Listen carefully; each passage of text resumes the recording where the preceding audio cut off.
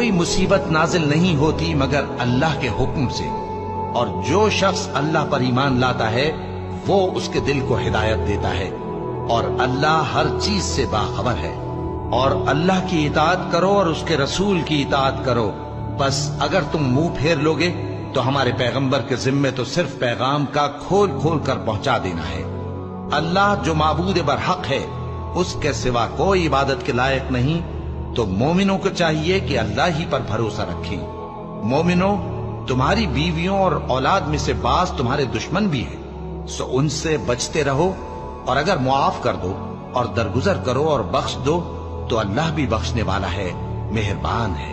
تمہارا مال اور تمہاری اولاد تو آزمائش ہے، اور اللہ کے ہاں بڑا اجر ہے، سو جہاں تک ہو سکے اللہ سے ڈرو اور اس کے احکام کو سنو